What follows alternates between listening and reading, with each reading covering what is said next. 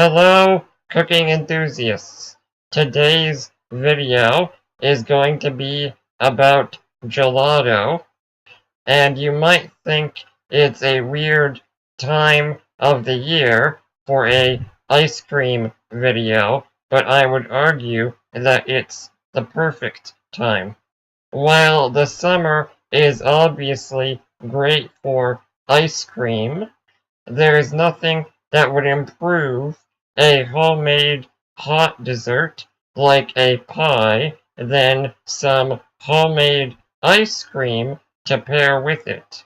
So, at your next holiday gathering, I would recommend trying to figure out what kind of homemade ice cream would pair best with your baked dessert. I'm going to be talking through my recipe for brown butter gelato, which would obviously pair great with apple pie or really most fruit-based desserts. However, you are going to need to do some substitutions if you want to replicate my flavor. I'm also going to talk about gelato in general, what makes it different from other types of ice cream, and some tips for how to best achieve it at home. I would say, in general, gelato is slightly less rich than other types of ice cream and slightly more sweet. Fruit flavors are generally brighter because of this, and the texture is more dense because there's less air incorporated into the mixing. Flavor-wise, there's no reason something like brown butter, chocolate, or vanilla wouldn't be suited to any style of ice cream. I've just chosen to specialize in gelato because it is a little tricky and because in general I do enjoy the texture. In my video last week, I made a brown butter spread that was roughly 2/3 fat and 1/3 solids. So for my gelato recipe, I used 130 grams of that spread, which would contain just over 80 grams of fat. My final goal for fat content is usually between 8 and 10%. So for most gelato, that means using 210 grams of heavy cream and the rest of the liquid being whole milk. Obviously, most people aren't going to be able to replicate my brown butter spread, but an easy substitution is roughly 90 grams of fresh butter, 30 grams of milk powder, and heating that on medium-low with constant stirring until it browns.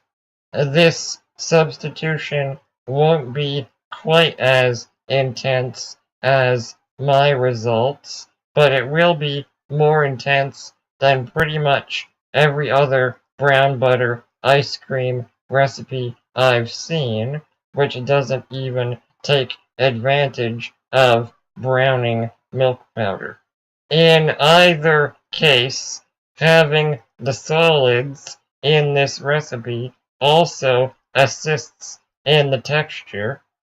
For most flavors, I would also add plain milk powder, maybe 40 or 50 grams to improve the texture and add a stronger milk flavor. You need to add even more milk powder if you happen to be using another moisture-filled ingredient, such as fruit jam or a syrup as your sweetener. Using the brown butter spread in this recipe means our primary source of fat is more dense. So for this recipe, I'm using 650 grams of whole milk as the primary liquid.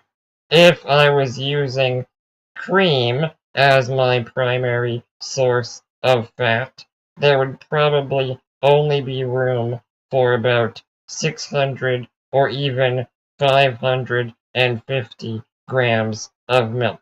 For this recipe, I'm using 0.5 grams of Locust Bean Gum as a stabilizer.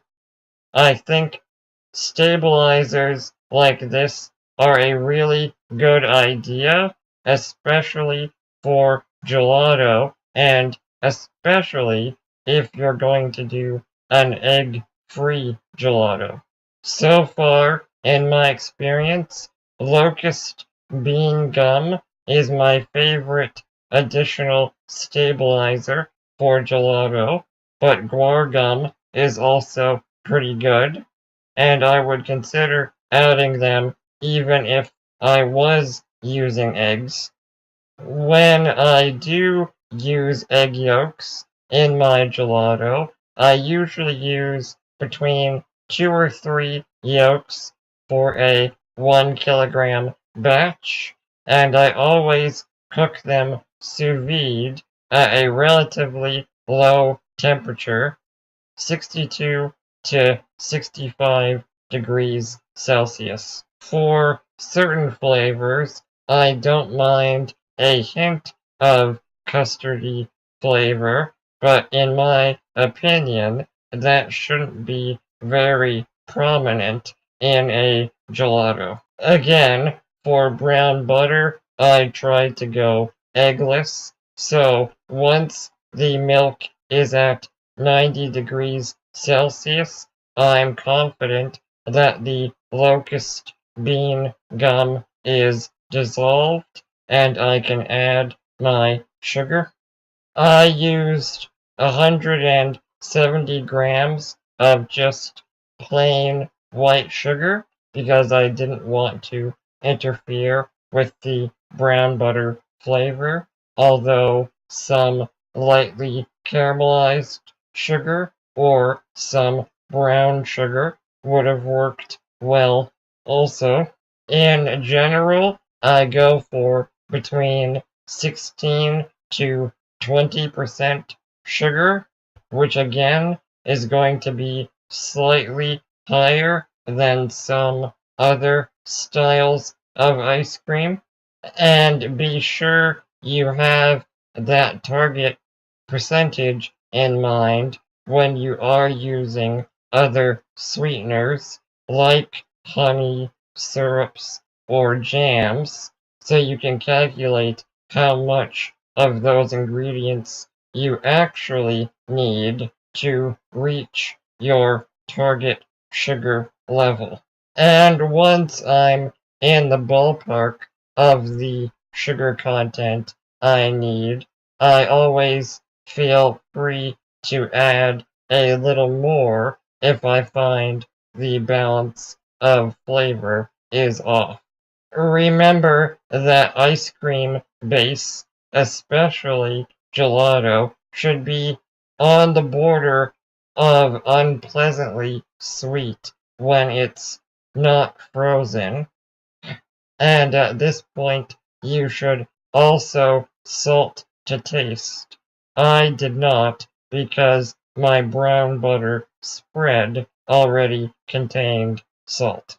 Next, I blended my hot milk mixture into the brown butter spread using lecithin as an additional emulsifier. This is the point where you could substitute lecithin for some egg yolks, but I would let your milk mixture cool down first and then cook your custard sous vide. For any ice cream base, especially if you do use eggs, I recommend resting it in the fridge overnight.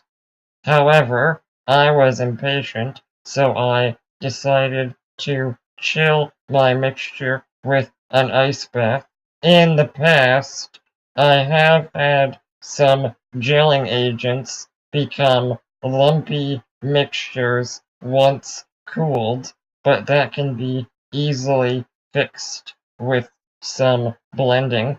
Whether you rest in the fridge or rapidly chill, I will get to my big final tip for making gelato at home.